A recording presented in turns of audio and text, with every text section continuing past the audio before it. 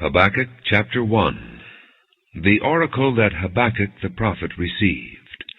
How long, O Lord, must I call for help, but you do not listen, or cry out to you violence, but you do not save? Why do you make me look at injustice? Why do you tolerate wrong? Destruction and violence are before me. There is strife, and conflict abounds. Therefore the law is paralyzed, and justice never prevails. The wicked hem in the righteous, so that justice is perverted. Look at the nations and watch, and be utterly amazed, for I am going to do something in your days that you would not believe, even if you were told. I am raising up the Babylonians, that ruthless and impetuous people who sweep across the whole earth to seize dwelling places not their own. They are a feared and dreaded people. They are a law to themselves and promote their own honor. Their horses are swifter than leopards, fiercer than wolves at dusk. Their cavalry gallops headlong. Their horsemen come from afar. They fly like a vulture swooping to devour. They all come bent on violence. Their hordes advance like a desert wind and gather prisoners like sand. They deride kings and scoff at rulers. They laugh at all fortified cities. They build earthen ramps and capture them. Then they sweep past like the wind and go on, guilty men whose own strength is their God. O Lord, are you not from everlasting? My God, my Holy One, we will not die. O Lord, you have appointed them to execute judgment. O Rock, you have ordained them to punish. Your eyes are too pure to look on evil. You cannot tolerate wrong. Why then do you tolerate the treacherous? Why are you silent while the wicked swallow up those more righteous than themselves? You have made men like fish in the sea, like sea creatures that have no ruler. The wicked foe pulls all of them up with hooks. He catches them in his net. He gathers them up in his dragnet, and so he rejoices and is glad. Therefore he sacrifices to his net, and burns incense to his dragnet, for by his net he lives in luxury, and enjoys the choicest food. Is he to keep on emptying his net, destroying nations without mercy? I will stand at my watch and station myself on the ramparts. I will look to see what he will say to me, and what answer I am to give to this complaint. Continuing with Habakkuk chapter 2. Then the Lord replied, Write down the revelation and make it plain on tablets, so that a herald may run with it. For the revelation awaits an appointed time. It speaks of the end and will not prove false. Though it linger, wait for it. It will certainly come and will not delay.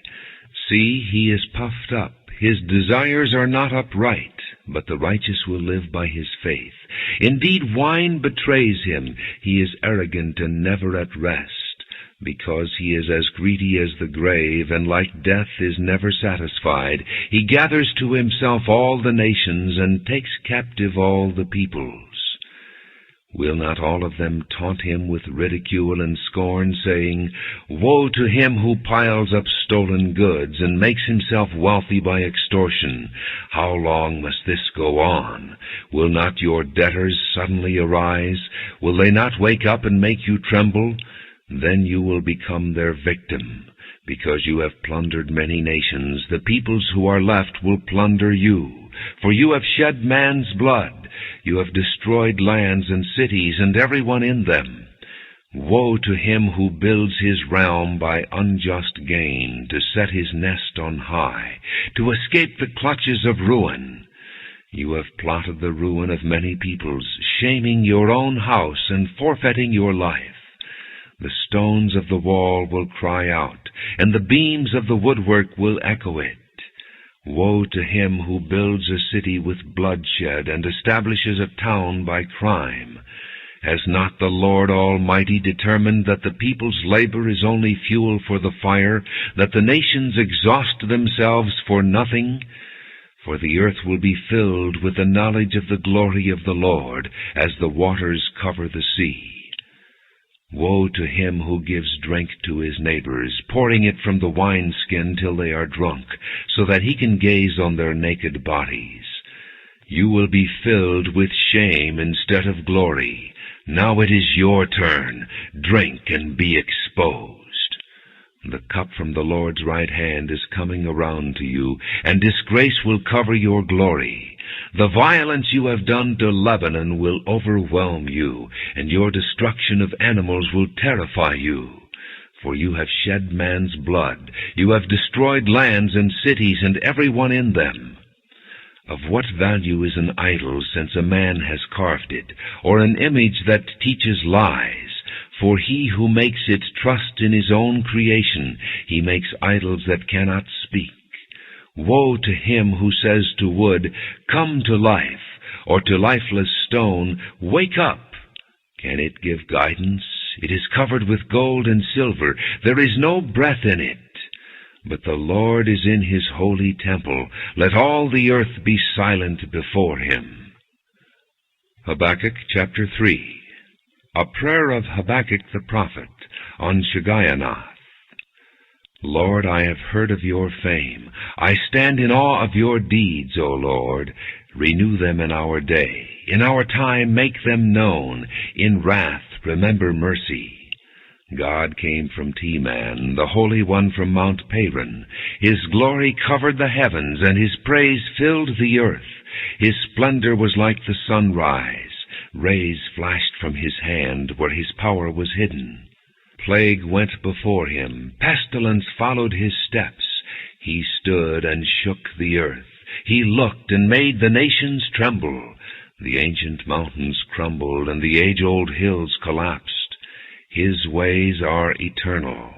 I saw the tents of Cushan in distress, the dwellings of Midian in anguish. Were you angry with the rivers, O Lord? Was your wrath against the streams? Did you rage against the sea when you rode with your horses and your victorious chariots?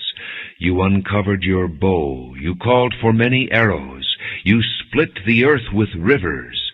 The mountains saw you and writhed. Torrents of water swept by. The deep roared and lifted its waves on high. Sun and moon stood still in the heavens at the glint of your flying arrows, at the lightning of your flashing spear. In wrath you strode through the earth, and in anger you threshed the nations. You came out to deliver your people, to save your anointed one. You crushed the leader of the land of wickedness. You stripped him from head to foot.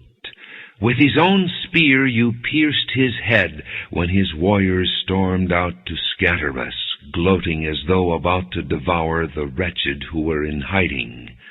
You trampled the sea with your horses, churning the great waters.